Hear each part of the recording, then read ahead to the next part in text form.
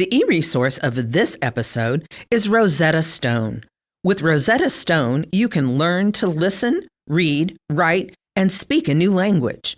The Rosetta Stone Library Solution teaches by context clues and interactive feedback through your computer, tablet, or mobile device. You'll find Rosetta Stone in the e-learning section of our e-library, jocolibrary.org/e-library. Yes, I have been an audiobook fan my entire life, going back to growing up and hiding my cassette player underneath my pillow at night so I could wake back up after my parents were asleep and listen to old audiobooks. You dirty boy. Yes. Joco Library Uncovered. Welcome back to the Joco Library Uncovered podcast. My name is Charles. I'm Dave. And my name is Greg. Well, welcome back, everyone. You may have missed us in your feeds for a little while, but we are back to talk summer getaways today. But first, I wanted to check in with Dave. Dave, you've been a little bit busy lately, haven't you? Yeah, absolutely. You know what?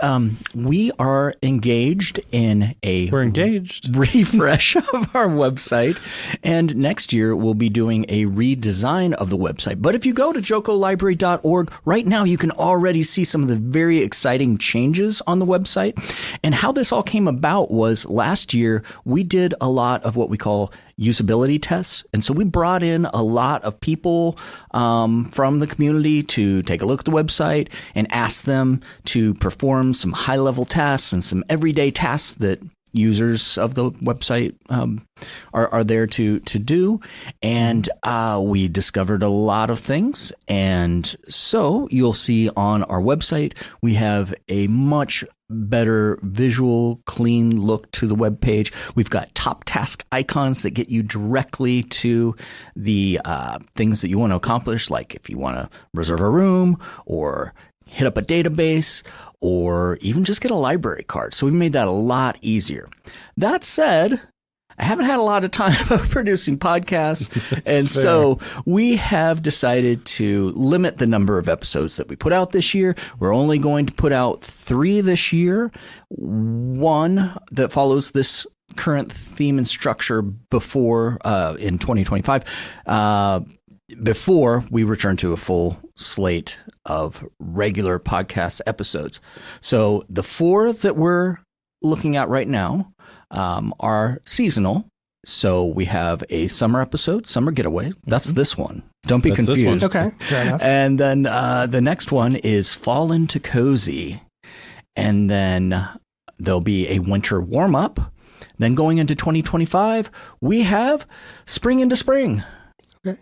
So the podcast isn't going away. It'll just appear a little less in your feeds. That's right. Yep, and since we're going to that limited format of just those 4 episodes, we really wanted to focus on the collection and things that you can find at the library. So that's why we brought back Greg from all of our collection deep dives last year. Hey, Charles and Dave, I'm always happy to be back and be a part of the podcast. We're happy to have you. Yeah. And thanks for bringing the pie. Hey, that's what I'm here for. Yeah. Well, I think I'm going to grab a slice of that pie, and then we will get right back into it with our first section of this summer getaway recommendations. Lemonade's good, too.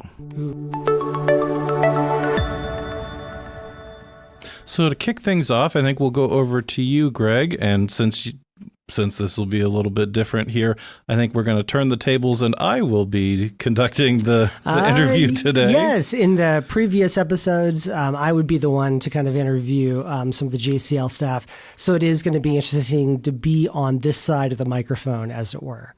Well, now that you're in the hot seat here, what did you bring today to talk about within the summer getaway? Sure. Yeah. Well, one major topic that people always flood to the library and ask about are beach reads. And when we started thinking about the topic, we realized that the word beach reads, or the phrase rather, kind of has a lot of baggage associated with it, and it's not necessarily correct. I mean, whenever we talk about, say, like the big summer blockbuster at the movie theaters, right? You think of like big action-oriented science fiction adventure, kind of big crowd-pleasing type things. And that, but the beach reads that same over at the printed page, vibe is going to be a little different, isn't it? When you say the word beach reads, you might think of something that's more laid back, that's maybe has a leisurely attitude to it, maybe some romance, maybe some historical fiction. But really, we determined that the phrase beach reads really encompasses a little bit more than that, and something that we really wanted to talk about today. Okay, so it sounds like you mentioned historical fiction and romance. So beach read isn't really a genre by itself. Exactly. It's more of a kind of a collection of what we call appeal factors. These are things that are elements of story that can be in several different types of genres. Like, for example, if you're looking for a beach read, something to read over the summer, you want something that is escapist in tone, that literally takes you away. So you're looking for books that are set in like exotic locales, beach, pool, maybe higher, some stories can be set in the laps of luxury. Some it could be in exciting places, but you really want to be away from where you are whenever you're reading. Also, these books tend to be very atmospheric. They tend to be to really the writing, the characters, the location. They really want to set you into a different place.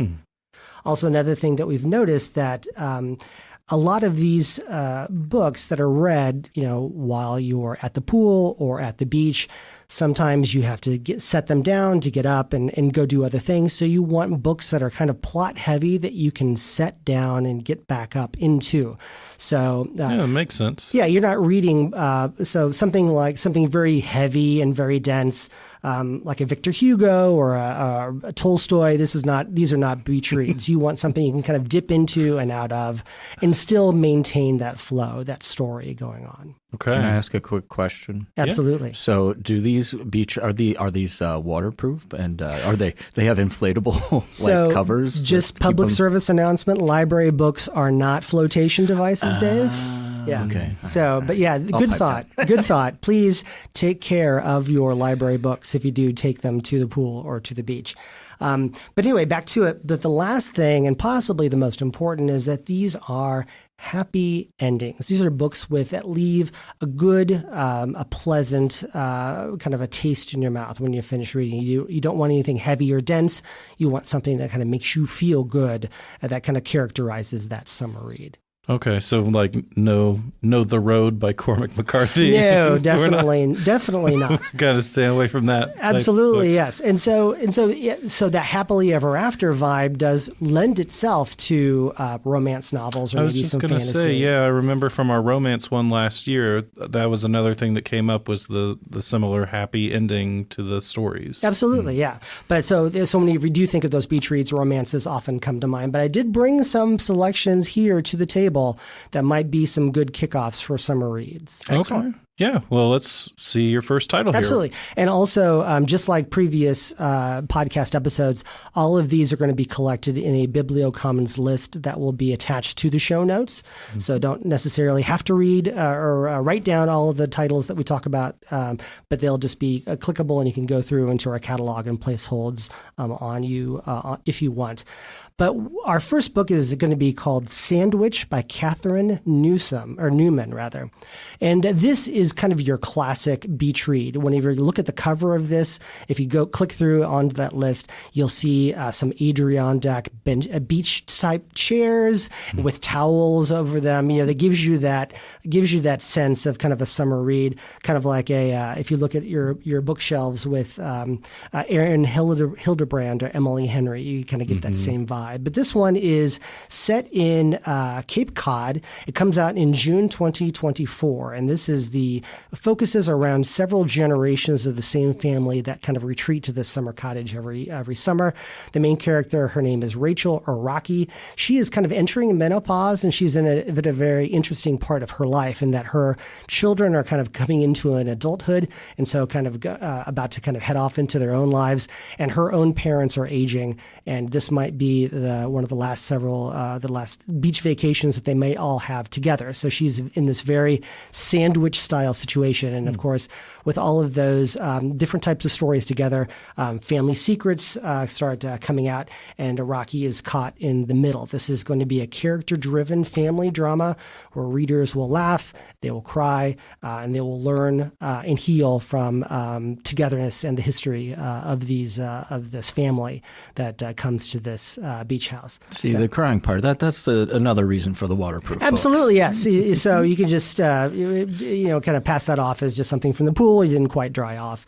But that's going to be a good one. That one's, again, Sandwich by Catherine Newman, out in June 2024. Another one that I really like, I always love to see people reading thrillers on the beach or at the pool. You're thinking of Women in the Window or The Silent Patient, those types of big blockbuster type of thrillers. This one I have for you today is called Kill for Me, Kill for You by Steve Kavanaugh. This one came out in April, but is going to be a great word of mouth beach read, I bet. This is going to be kind of a riff off of the Patricia Highsmith Murder on a Train concept, if you remember the Hitchcock film, where two strangers, they meet by chance, and each of them has a personal problem, and they realize that the best way to deal with that is to have the other person commit murders so they themselves can be untraceable. So in this situation, two women, they are meet at an abusive partner kind of a encounter group, and they go out for drinks, and they realize that they could potentially solve their problems by having the other one take care of their problem. Of course, one or both of these women could be unreliable narrators, and at the same time, these two characters are scheming. Another woman is undergoing a home invasion, and she realizes that the perpetrator has striking blue eyes. So you have multiple points of view here with a detective that has to tie everything together. This is going to be a big, meaty, juicy thriller that's going to be a great one to kind of keep you turning pages while on the beach or at the pool. So you said that this is, going to popularity is going to grow based on word of mouth. How does that word of mouth conversation go? Here's this really murdery book. And I'm not, suggesting that we actually do what's in the book. Oh, well, we don't have a murder section of the library, but true crime podcasts and stories are always huge. And again, these thrillers kicked this generation of psychological thrillers kicked off with Gillian Flynn back in 2008, I believe. Still going strong, still dominating bestseller lists, and still getting these stories get adapted to Netflix and Amazon style movies. And so patrons love stories. And so even though this one not necessarily be a happily ever after, but order is restored, right? Crimes are solved and things are kind of put back to rights in these books. But tons of twists, tons of turns, things to really emotionally keep you invested in the story are always going to be popular beach reads. Nice. Well, those both sound pretty compelling so far. Do you have any more for us? Absolutely. I'm going to throw kind of a bit of a curveball. I'm going to throw a fantasy novel at you. Okay. This one is called The Adventures of Amina al-Sarafi by Shannon Chakraborty. I have actually. I've read that one. You have? Oh, great. Yeah, this one, it came out last year, and it was on the top 10 list of Goodreads fantasy for the year. But it just kind of was a little under the radar. So I love bringing attention to this book whenever I can.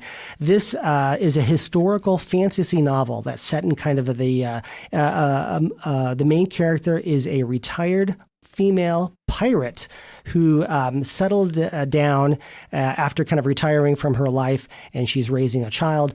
But of course, one of her teammates or one of her crew gets into trouble, and it pulls her back in from one last job. And what really struck me with this book is that not only is it swashbuckling and had that kind of fun Sinbad YA vibe, but the main character is an older woman. She comes at adventure from a different perspective, and she's kind of somebody who's kind of been a pro at all of these types of things and has to come back and attack them all again, but from a more mature perspective. It adds a really interesting layer of this adventure story that I think readers, and I especially, really glommed onto. I'm glad to hear that you're a fan of this one as well, Charles. Yeah, I enjoyed it a lot. I like the little asides and everything where you get into the characters. their Absolutely. perspective and like, oh no, that's not how it happened. Tell it right. Of course, yes, exactly. Everyone has their own perspectives. Yeah. And this is the beginning of a proposed trilogy. So if you like this type of book, you know that there's more to come. And fantasy novels are definitely having their moment, not only in your traditional kind of sword and sorcerer, George R.R. Martin, Game of Thrones style, but things like the House or the House on the Cerulean Sea and those types of kind of cozier fantasy novels coming into the mainstream as well. This one is more of a swashbuckling fantasy, but it has that Middle Eastern vibe, which really is interesting and fun, and that character work really takes it up another level. Very cool. And it looks like you might have one more on the list. I have there. one last one. Let's go back to the traditional kind of beach reads. Malibu Rising by Taylor Jenkins Reid. Most of you might remember her from, she wrote Daisy Jones and the Six and Seven Husbands of Evelyn Hugo. So she's going to be on the border of those kind of beach reads / book groups. So you're comfortable reading it next to the pool and also bringing it to your book group. Malibu Rising is set in obviously Malibu, California in 1983, focusing on a end of summer bash hosted by 4 famous siblings who are kind of like the Kardashians, I guess, of their time. And all of these star-studded siblings, all of them have grudges and history against each other. And so the book takes place over one day where at the end secrets are revealed and old grudges kind of unearthed. And at the end of the book, the mansion that all of this is taking place at is on fire. So that's it's going to be very juicy. It's going to be very gossipy, but it definitely has that character-driven narrative and that literary heft that Taylor Jenkins Reid brings to the table. This is a beach read that you're going to love and not feel guilty at all reading. Very good. Well, I think those are some great recommendations. We're going to take another quick break here, and then, Greg, you get to take over the wheel, and we're going to move on to our next topic.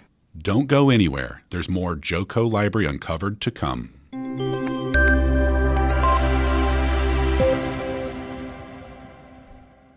And welcome back to the next section of the podcast where I get to ask Charles some questions about not only what are you reading, but the tables have turned. The tables have truly turned. But not only is he reading, but what is he listening to? Now, yes. Charles, as I understand it, you are an audiobook fan, correct? I am, yes. I have been an audiobook fan my entire life, going back to growing up and hiding my cassette player underneath my pillow at night so I could wake back up after my parents were asleep and listen to old audiobooks. You dirty boy. Yes.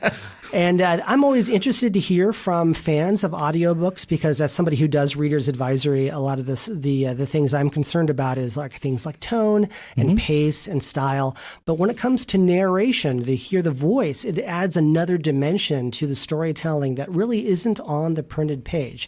Does voice really matter a lot when it comes to the choices that you make in your audio reading diet? It does, yeah. So the voice of the narrator can make a huge difference on the story, on whether I will stick with something, or sometimes if I'm really interested in the content, if I switch away from audiobooks and go back to the printed book, and just read it myself, if the narrator is great, though, I might stick with a book that other people might think, well, that subject sounds really boring, but absolutely. So a narrator can really elevate maybe a dry text that maybe doesn't feel very good on the page, but listening to somebody kind of do their magic and make your ears a part of the reading situation might elevate it and make it something truly special. Right. Yeah, that is exactly it. The narrator makes a huge difference on how audiobooks go. I will often check out 3 or 4 audiobooks, listen to the first 10 or 15 minutes, and if I'm just not feeling it with that narrator, then I will return it and move on to the next one. So on that topic, let's get started and maybe some recommendations of some audiobook series that you've gotten into that you might that kind of illustrate this point. Sure. Yeah. So one of the series that I really enjoy is the Dresden Files series, written by Jim Butcher. He is from Independence, Missouri, and a frequent Planet Comic-Con attendee. For those of you that live here in the Kansas City area, you might listen to his books and then go get him to sign one at Planet Comic-Con sometime. Those books are narrated by James Marsden, and they are told from the perspective of Dresden. So you're from the first person perspective, and it's kind of like a crime noir magic mixed together. They call that genre urban fantasy, I think. Yes, they do. So it's that first person crime noir, and I think James Marsden has that voice that really like drops me into an old smoky room that like you're picturing kind of sepia tones as it goes through. Vertical blinds being reflected, and the dame walks in with the problem that kicks off the plot. Yeah, I kind of get that vibe from him every time. And does the Butcher Jim Dresden series, does it like continue? How many books do you know are in the series? So far 17, and he is still writing more. He has slowed down on the most recent ones, so it's been a couple years since he's put one out.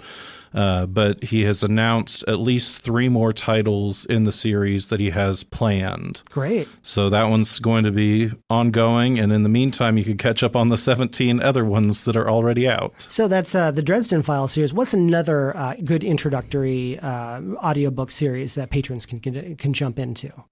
So this one, it's the Longmire series, which is a Western mystery series by Craig Johnson. That was made into a TV show, wasn't it? It was, yeah. Yeah.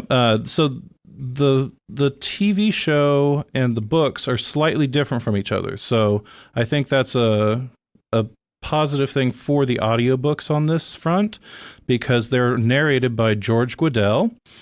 He is an iconic actor, and as of a story that I read about 10 years ago, he had at that point been given an award for narrating over 1,300 audiobooks. Wow. So he is very prolific. He has a warm, soothing voice, and he can inhabit the characters really well. So George Guidall is one of the ones that if I hear him, I know that I'm gonna be in for a good story. And people can follow audiobook narrators just like they can follow authors in the catalog, right? Yes. So usually if there's an author and a narrator that work well together, they'll team up for a whole series.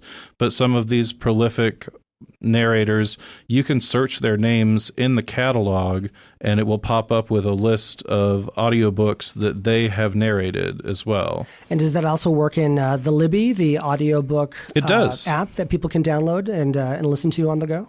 It does, yeah. So if you are listening to audiobooks through Libby, which has become more and more my go-to, you can search your favorite narrators in there and you can have it pull up a whole list of hundreds of things from these different narrators. Now, I kind of mentioned from a reader's advisory standpoint, it's sometimes hard to recommend audiobooks because some of these kind of characteristics are very kind of unquantifiable. Mm-hmm. So besides word of mouth and kind of searching for your favorites, what's another method that people can use to find good audiobooks for them to listen to?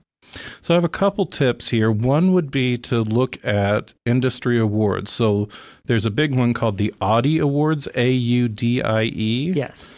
That one, those are awards given out to narrators and audiobooks for exceptional quality.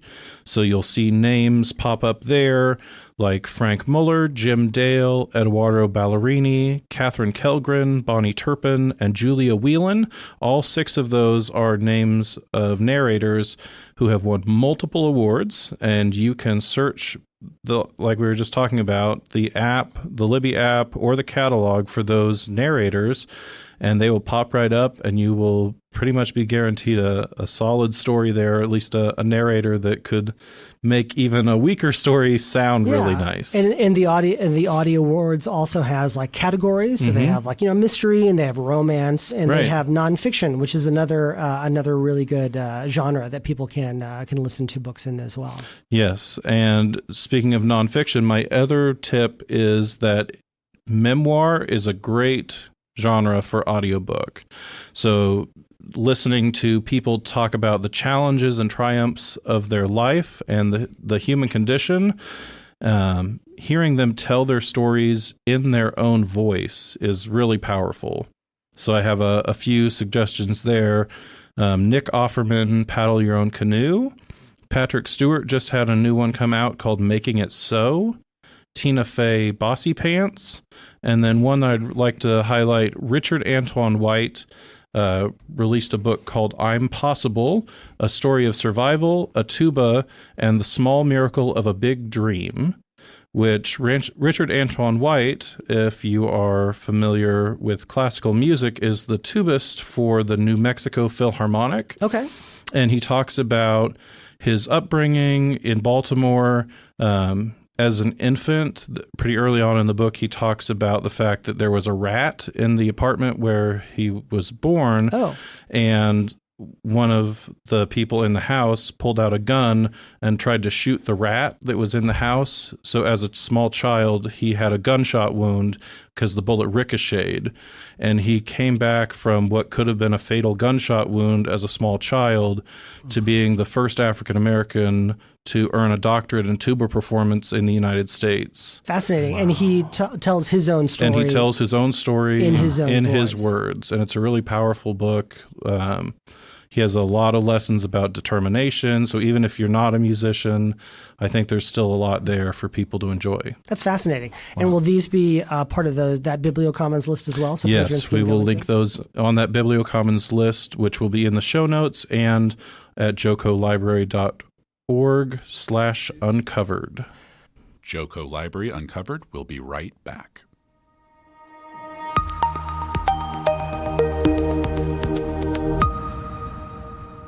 And welcome back again for our final segment here on this summer getaway recommendations. Thank you, Greg, for being here and for chatting with me. But I think this time let's turn over to Dave. Yeah, it's kind of funny. This is the third segment, and my topic is third spaces, also sometimes called third places.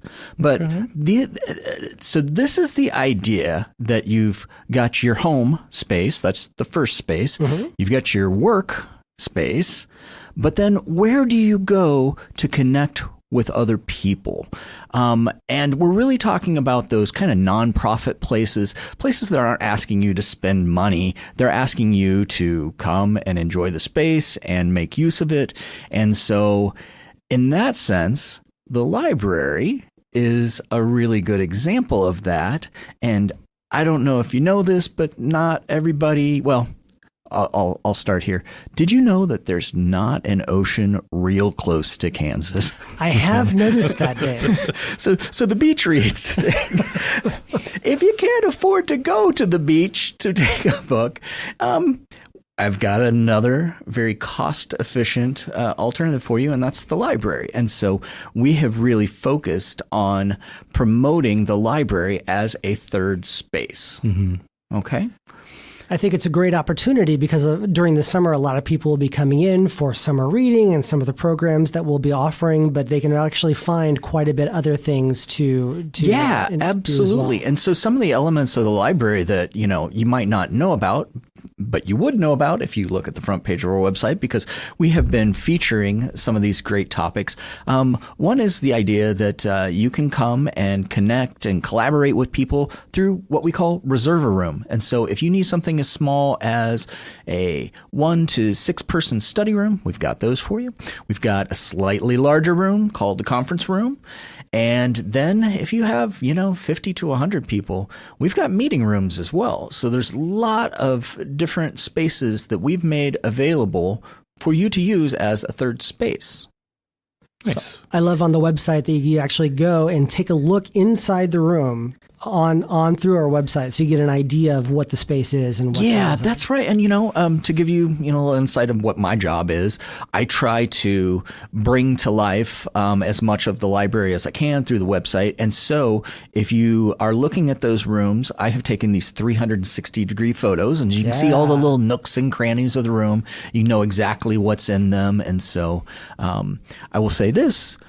our library system, we have amazing technology in those rooms that help you project what is on your laptop or your smart device onto a larger screen for your other contributors to take a look at, and it's they're really state of the art. Very cool. Some other features of the library, we've got outdoor patios, and so you can find those at the Central Resource Library. There's a great outdoor space, kids space that faces Strang Park behind Central. Just a beautiful space to just sit and read with your kids. Edgerton has a great outdoor space, as does Lenexa City Center. Merriam Plaza, our newest library, has a wonderful space, and it's right next to the community center. Monticello has a great patio. That's my favorite. That's the rooftop huge. there. Yeah, that's really the rooftop for sure. And I would like everyone to know that many of our locations are near parks or community centers or civic buildings, and there's usually some sort of outdoor seating in between the library and those other buildings. And so lots of great places to just come be outdoors and, take a book with you, take a newspaper, audiobook, and just enjoy enjoy a third space. Definitely. So inviting spaces both inside and out. Yeah, for sure. Going back indoors, we've got exhibitions, a great place to bring some friends and just take in some art, talk about what you think of it. That's always fun. And if you want to just sit down and have a conversation, we've made an emphasis to make sure that every location has comfy seating. And it may sound weird, why would we emphasize that? But we want people to enjoy this space, and you really need to provide those kinds of, seating arrangements to help people. Yeah, if you want someone to feel welcome, one of the easiest things you can do is make sure that they're comfortable when they're sitting down. For sure. And then the last thing I would suggest about coming to the library as a third space is check out a program. If you've never been to a library program, just go to jocolibrary.org/events. You'll find something for you. You can narrow down those search results based on whatever your interests are or your age or your location. But there's all kinds of really great opportunities this summer. Now, if you'd like to learn more about the concept of the third space, I would point you to some recommendations. And I have not read these books, but I will this summer. So this is on my reading list. So the first one I'm going to recommend, it is available as an audiobook, Charles. Okay. Because I know, I like to listen to You them. like to listen. Yeah. You like to listen. That's okay. Why Public Space Matters, and that's by Setha Lowe. Another one that I would like to recommend is by Robert Putnam, and it's Bowling Alone, The Collapse and Revival of American Community. And then a couple other titles. Let's see. Roy Oldenburg, Celebrating the Third Place. And then I've got one, Adam Fraser, The Third Space, Using Life's Transitions to Find Balance and Happiness. And finally, Ray Oldenburg, The Great Good Place. Now, I will not stop there because, as you know, I want to give love to Canopy because it is the greatest thing that's ever been given to a library. Tell us more about Canopy, Dave. Well, maybe it's not the greatest thing, but I really enjoy it. I have it set up. I've got the app on my smart TV at home, or if you've got you can cast it maybe? You can cast it for sure. And it's so great to have all these wonderful titles available for you to check out. And so I found one very cool, and I've not seen this, but I'm going to go watch it tonight. It's called Cool Spaces, Unique Architecture in the United States. And like I said, it's on Canopy, and this is a series produced by PBS. And so the first episode is on performing spaces, and it features Kansas City's own Kauffman Center. And so I can't wait to check that out, to hear what they have to say about it. And then the episode 2 is, take a guess. About libraries? It's about libraries. Yeah. And so it's going to be very interesting. And then there are 2 others, and I'm sure they're great episodes as well. But I just wanted to introduce that idea. This summer, if you're looking for a place that's not going to cost you a lot of money, but has a lot of rewarding, comfortable, a very comfortable place, come to the library. It's a third space that you might enjoy even more than home or work. I don't know about that, but Well, cool. Thanks for sharing all that information about third spaces. Also want to thank Gregg for talking about beach reads today. anytime. And hopefully you enjoyed that discussion of audiobooks as well. So that is our summer getaway recommendations for this episode. You will see us back again in the fall with our next episode for this year's season. Hope you all are still subscribed. If not, go ahead and go to your podcast app and hit subscribe so you don't miss that next episode and all the great recommendations we have in store for you then. In the meantime, keep checking our website, jocolibrary.org/uncovered for book lists and recommendations there, and we will see you in the fall. See you soon. See you soon.